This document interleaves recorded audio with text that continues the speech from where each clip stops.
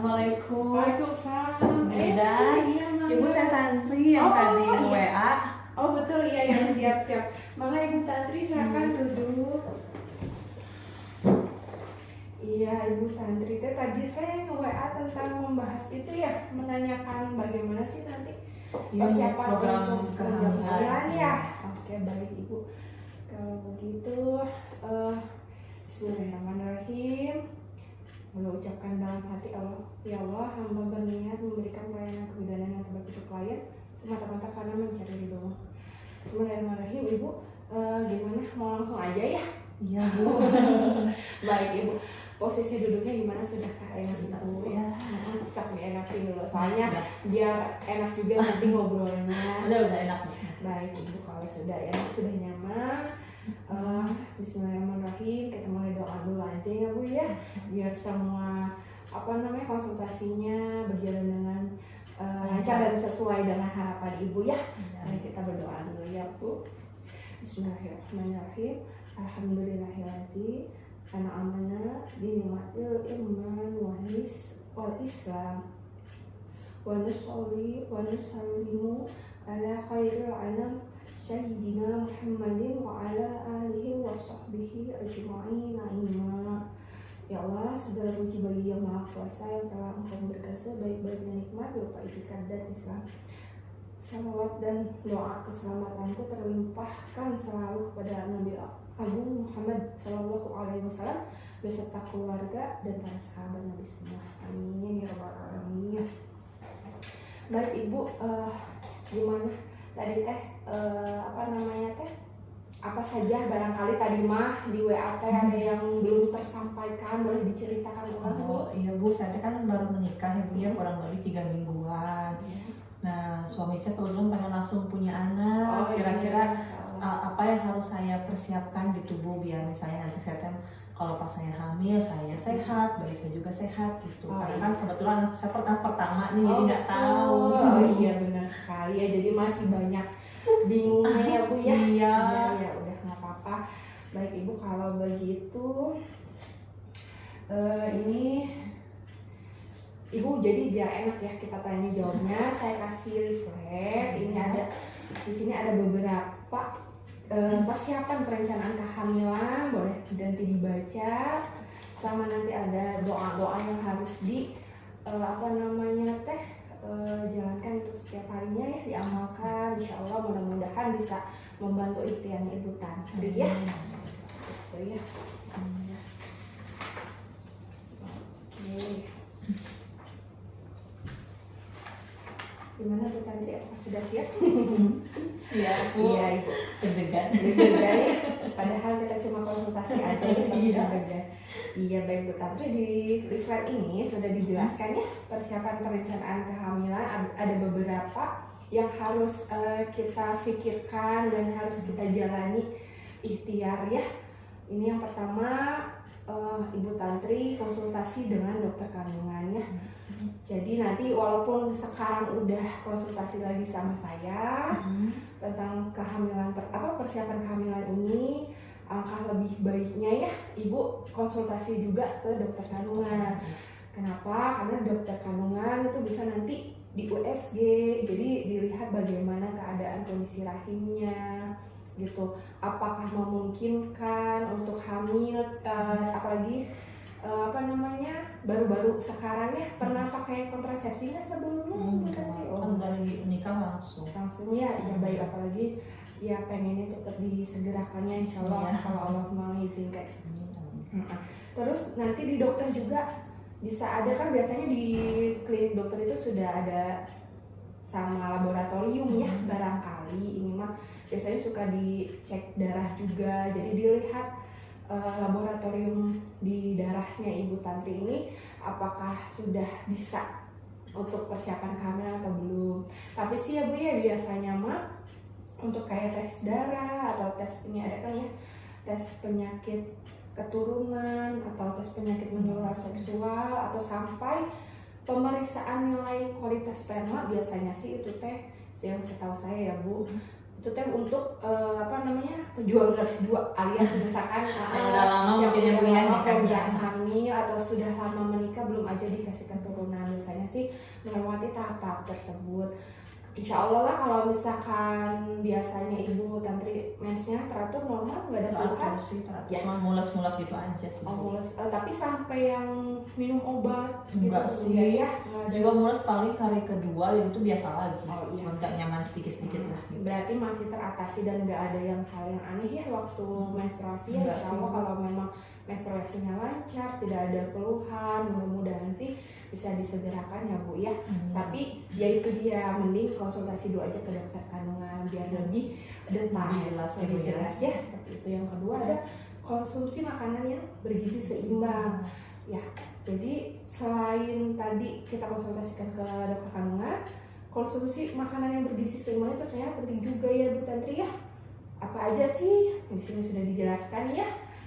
Ya makanan tinggi protein, biji-bijian, serat tinggi itu kayak sayuran, buah-buahan seperti itu ya Bu Tantri ya. Terus susu rendah lemak juga ternyata Bu disarankannya. Jadi kan susu tuh ada yang kalau kita lihat di toko-toko ya, ada yang rendah lemak, ada juga yang nggak ada tulisan rendah lemak. Nah kalau bisa sih lebih memilih yang rendah lemak ya, yang low fat itu ya. Terus di sini juga boleh mengkonsumsi vitamin A, vitamin D, vitamin E, dan vitamin K.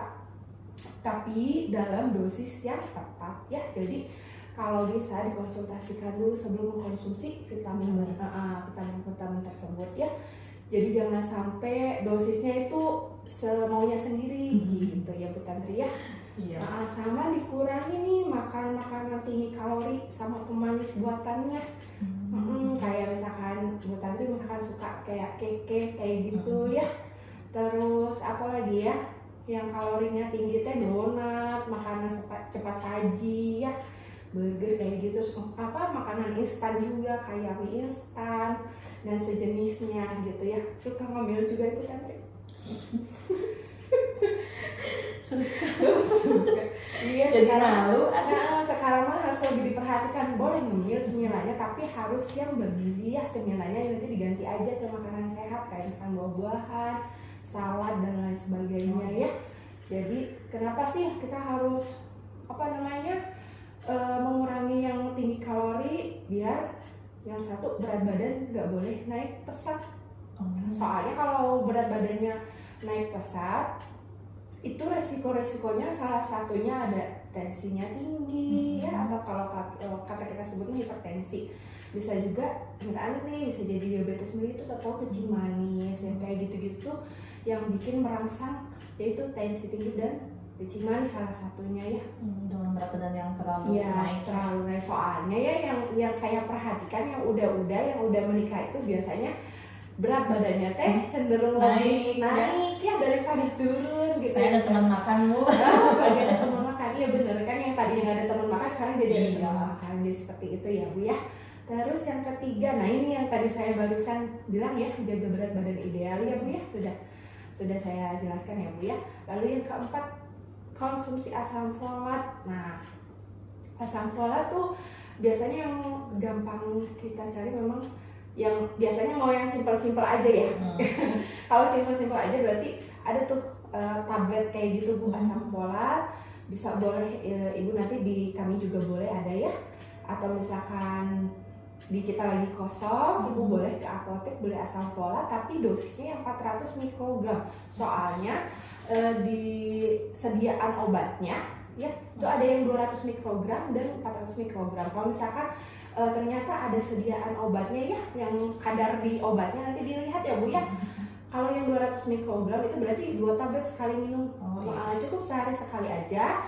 Itu biasanya diminum 6 bulan pertama sebelum kehamilan. Syukur-syukur belum beres 6 bulan Ibu Tantri udah hamil. Tapi itu nggak apa-apa Busnya, kalau saya baru minum seminggu tiba-tiba saya hamil nggak apa-apa. Boleh, nggak apa-apa, nggak masalah. Nah nanti kan tetap dilanjut itu Bu sama kehamilan. Iya betul sekali, seperti itu ya Bu Tantri ya.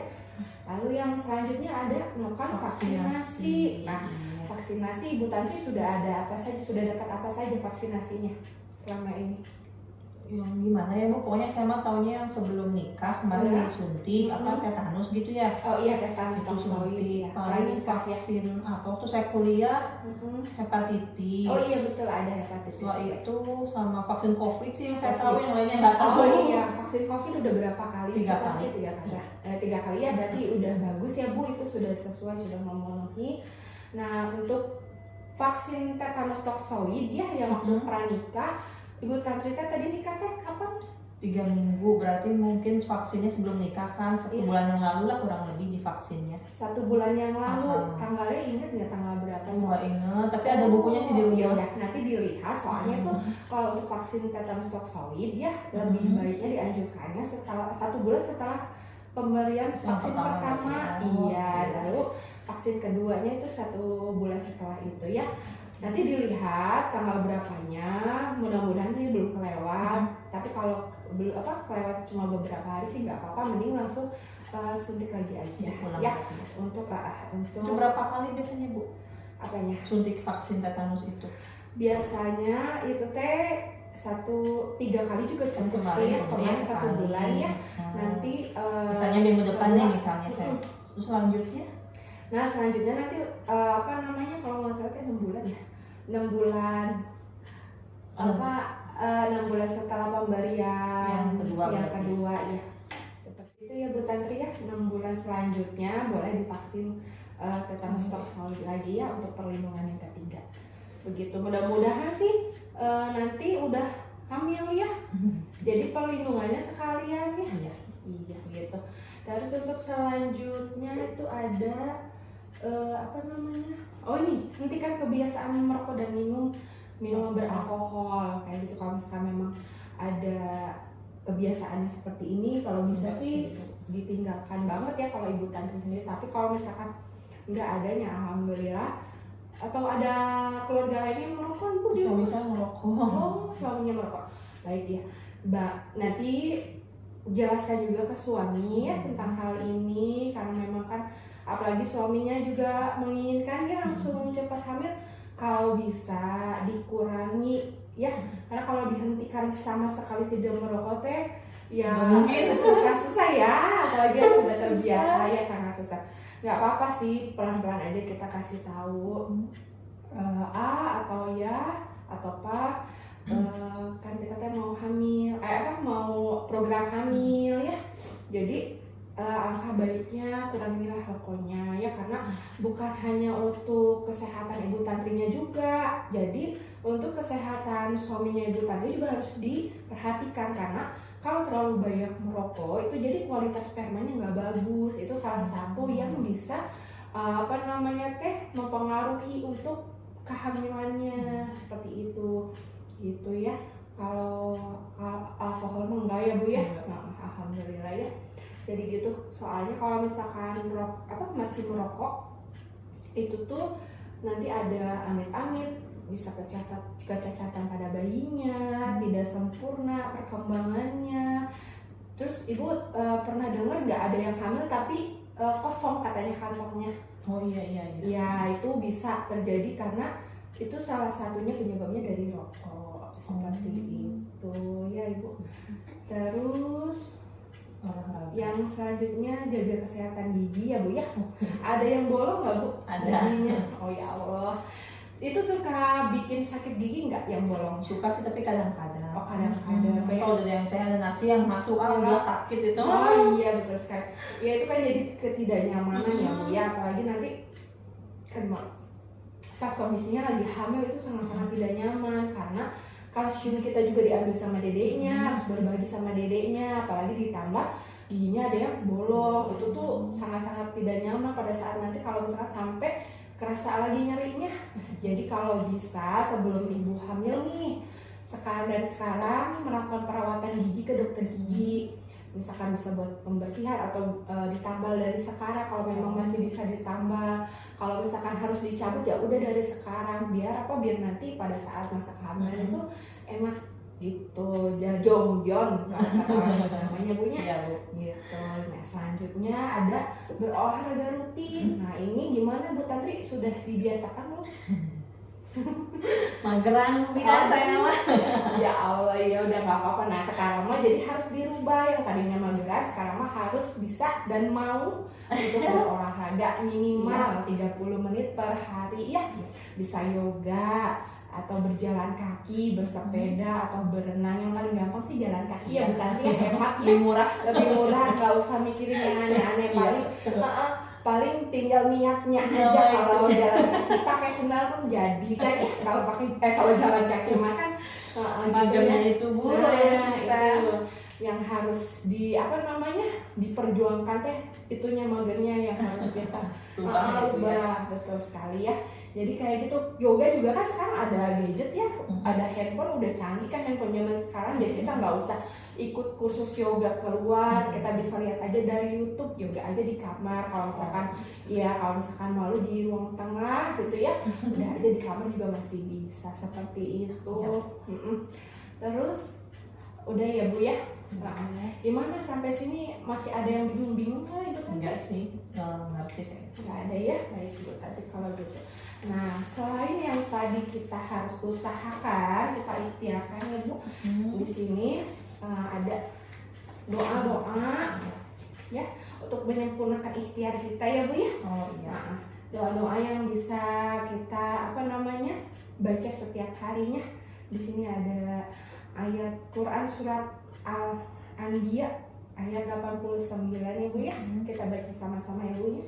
A'udzubillahi minasyaitonirrajim. Bismillahirrahmanirrahim.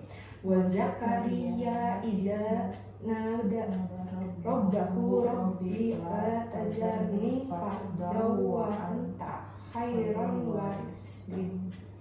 Dan ingatlah kisah Zakaria tatkala ia menyeru Tuhannya, ya Tuhanku, janganlah engkau membiarkan aku hidup seorang diri, dan kaulah waris yang paling baik. Ada juga dari Quran surat Asy-Syafa ayat 100, yaitu Bismillahirrahmanirrahim, Rabbi habli minas sholihin. Ya, nah gimana Ibu Tantri, sudah bisa ini enggak? Kalau apa sih belum, tapi kalau baca sih bisa. Ya, baik ya. Nah ini salah dua di antaranya doa-doa yang bisa insya Allah menyempurnakan ikhtiar Ibu Tantri. Kalau Ibu Tantri ada punya doa yang lain juga, mangga ya, boleh. Kalau misalkan karena ini ada leafletnya, saya nanti kasih ke Ibu Tantri, yang ini aja mangga apa ya, boleh diamalkan setiap harinya ya Bu Tantri. Insya Allah mudah-mudahan segera diijabah sama Allah ya Bu Tantri ya. Bagaimana Bu Tantri sejauh ini, apakah ada yang mau ditanyakan kembali atau masih ada yang kurang-kurang? Enggak sih, sampai saat ini sudah jelas ya Bu ya. Baik ya. Paling nanti kalau misalnya saya ada yang bingung-bingung, saya boleh WA Ibu mungkin. Boleh, ya? mangga di sini ada ya Bu ya. Yang tadi berarti kontak personnya ya, yang tadi Ibu Tantri WA ke saya di nomor saya langsung ya Bu Tantri ya.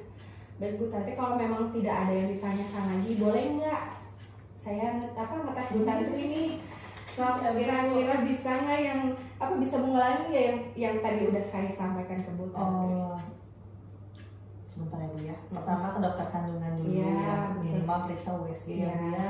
Setelah itu makan makanan bergizi, jaga berat badan jangan sampai terlalu besar. Terus konsumsi asam folat, tidak merokok, tidak minum alkohol, berolahraga minimal 30 menit per hari. Jaga kesehatan gigi.